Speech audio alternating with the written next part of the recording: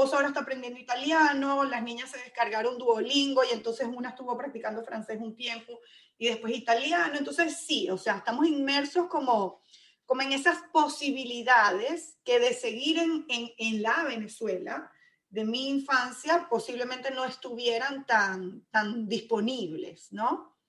Me encanta eso y tienes toda la razón porque así es en Puerto Rico. Yo fui a una escuela donde era una escuela católica, las monjas venían de Estados Unidos, ellas no hablaban español, así que todos nosotros hablábamos inglés. En la escuela era todo inglés y en la casa era todo español.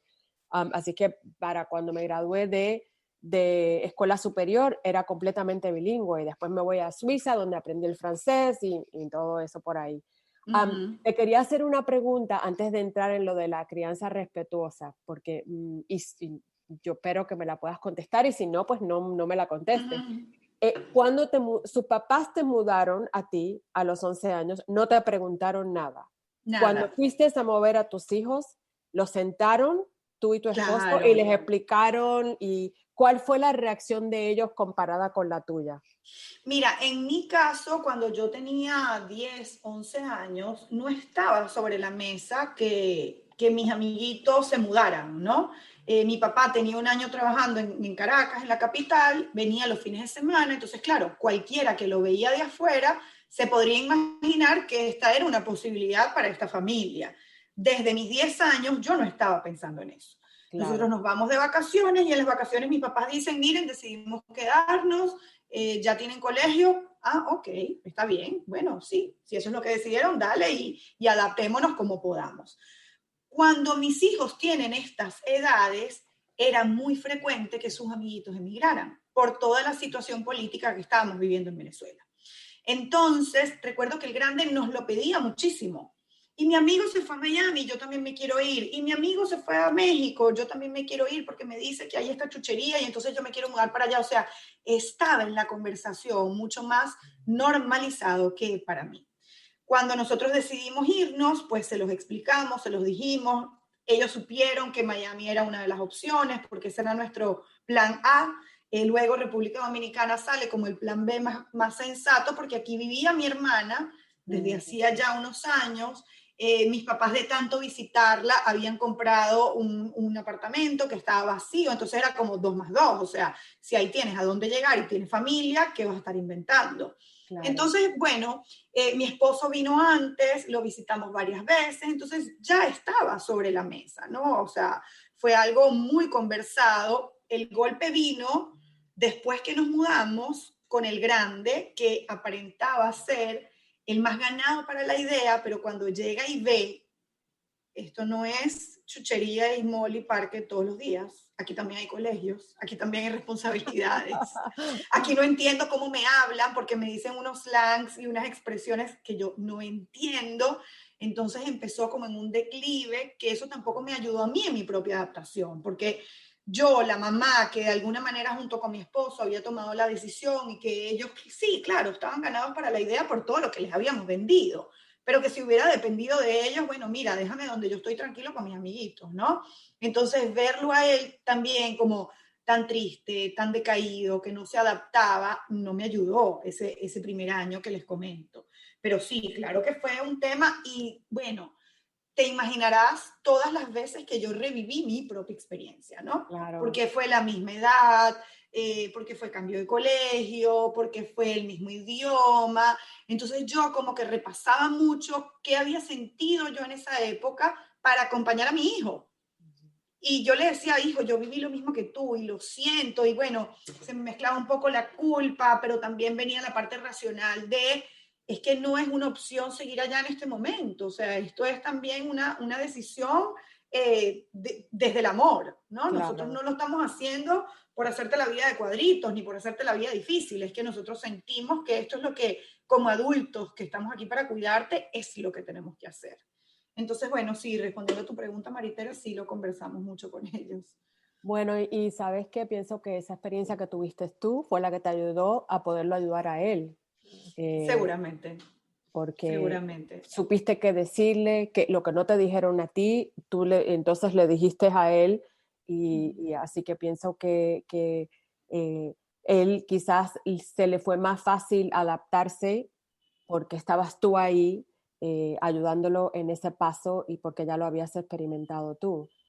Y hablemos de eso, fue muy, muy respetuoso, esa crianza, ese momento que viviste con tu hijo. Así es que háblanos un poco de la crianza respetuosa, explícanos qué consiste para aquellos que no la conocen bien y los beneficios que puede tener una familia cuando partimos de ese método para criar nuestra familia.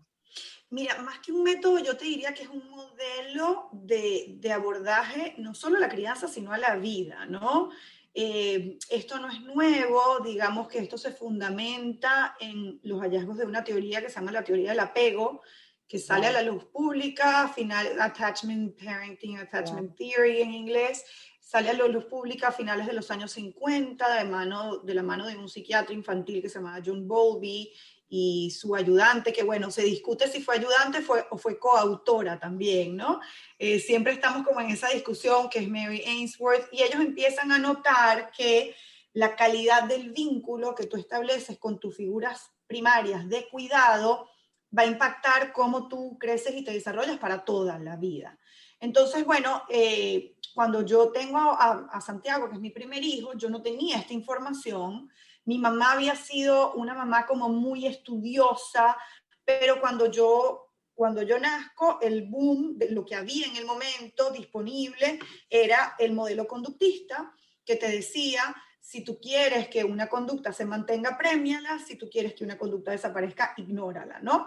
Entonces, bueno, mi mamá tomó todos los cursos, hizo todas las especializaciones, se leyó todos los libros y eso era un poco lo que sucedía, ¿no? Los stickers y al final de la semana, después de tantos stickers, entonces ven que te ganaste un premio, una experiencia, pero precisamente por haber venido de esta adolescencia tan ácida, tan amarga, yo decía, aquí faltó algo, porque si bien hubo mucha información para atender la primera infancia, ¿qué pasó en la adolescencia? Que yo me sentí como tan desconectada, ¿no? Y tampoco comprendida.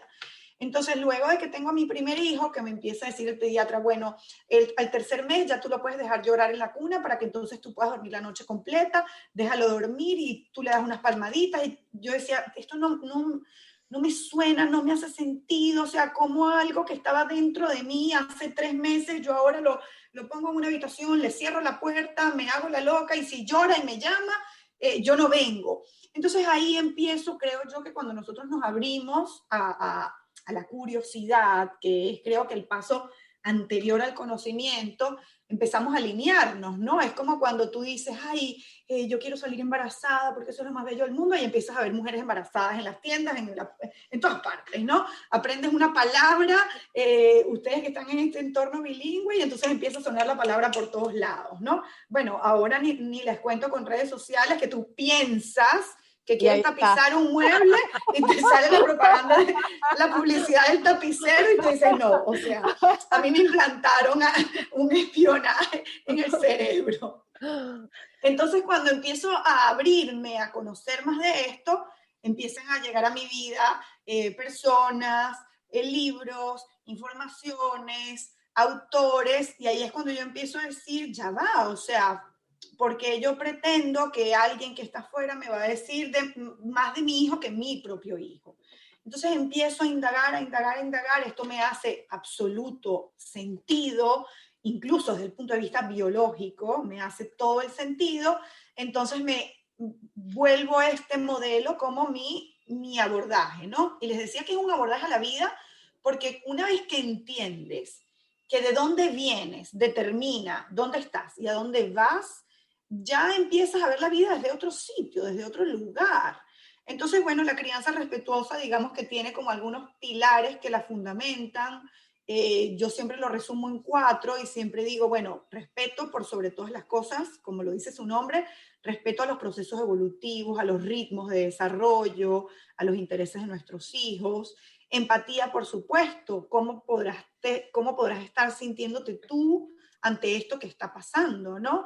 Y de hecho le digo a los padres, háganse esta pregunta, que es muy movilizadora, pero creo que es potente y es necesaria. ¿Cómo se sintió hoy ser tu hijo? O sea, si tú estuvieras en la piel de tu hijo, ¿cómo sería la experiencia de convivir contigo, como mamá o como papá, ¿no? A veces hay papás que dicen, uy, no, de salir corriendo. Bueno, ahí tienes una respuesta que te puede mover a hacerlo diferente, ¿no? El tercer pilar, la no violencia, en ninguna forma, nunca jamás justificada, ni la visible ni la invisible, que es mucho más difícil de identificar y asimismo mucho más difícil de desmontar. La violencia invisible son las humillaciones, las comparaciones, la negligencia, el abandono, la desatención, la burla, por supuesto los golpes ni hablar, o sea, para nada justificados, ni la fulana cachetada a tiempo, nalgada a tiempo, no. Definitivamente creo que las cárceles están llenas de personas que les dieron solamente golpes, ¿no? Y en cuarto lugar, pero creo que el más importante, límites claros. Cuando entiendes que una crianza en la que yo respeto tu evolución incluye límites, que son protecciones, ya ahí creo que se completa el panorama, ¿no? Porque hay personas que a lo mejor dicen, ay, esa crianza respetuosa, donde dejan hacer a los niños lo que les da la gana, y son unos monstruos. Bueno, entonces no es respetuosa, es una crianza negligente. Porque si tú tienes 3 años y yo te dejo a ti que tú te asomes por la ventana y empieces a tirar hielos y juguetes para abajo, yo estoy completamente abandonando mi rol de adulto cuidador. Te estoy poniendo a ti en riesgo porque alguien en pleno derecho te puede regañar, te puede gritar, te puede hacer algo, y el día de mañana puedes tirar otra cosa, etcétera, etcétera. Entonces, una vez que entendemos que esto no es una idea romántica de que hay que los niños crezcan libres, no, sino que está muy bien sustentada, que parte de una teoría científica, que al día de hoy se sigue revisando, se sigue actualizando y que además tenemos la fortuna. Es como irrefutable, ¿no? O sea, si tú ves hoy en día la imagen de un cerebro que creció con límites, con afecto, con unos padres responsivos, y lo comparas con la imagen de un cerebro que creció con maltrato, con humillación, con abandono, bueno, o sea, ¿cómo tú me vas a seguir defendiendo los golpes, no? Eso es algo que a lo mejor se hacía hace 15 años, 20 años, pero ya hoy en día, como todavía me dicen algunos padres, a mí me dieron muchos golpes y yo estoy bien. Bueno, mira que la neurociencia te acompañe porque no hay manera de justificar. Me gusta lo que decís, bueno, lo digo como mamá, lo digo como psicopedagoga, me gusta lo que mencionás de los límites, lo que mencionás muy bien de este tema de dejar hacer o la crianza con apego no quiere decir esto es cualquier cosa, no hay leyes, no hay reglas, porque esto no sería crear a alguien en una sociedad, para vivir en una sociedad, ¿no es cierto? Esto sería un poco cualquier cosa.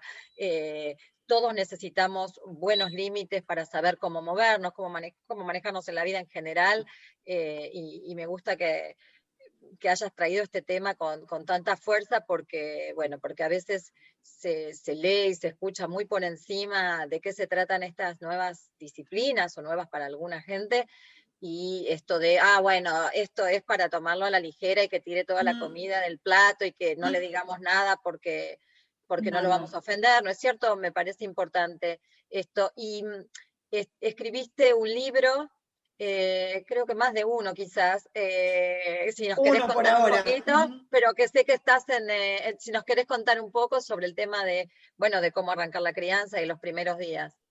Bueno, hay un libro publicado que se llama Vida en Familia. Es un libro muy fácil de leer, es cortico, la gente dice, pareciera que tú vienes escondida en el libro porque siento que es como escucharte, ¿no?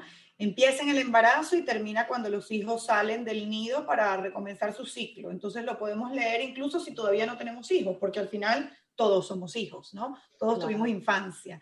Hay otro publicado, bueno, hay varias cosas publicadas en mis redes donde pueden ver primera infancia, donde pueden ver los primeros 1000 días de vida, pero digamos que publicado así a nivel físico, ese que se llama Vida en Familia, donde desde la mirada de la crianza respetuosa, pues recorremos todas las etapas, ¿no? Porque además hay también la creencia de que esto solamente se queda en la primera infancia y que ya para la adolescencia no hay nada.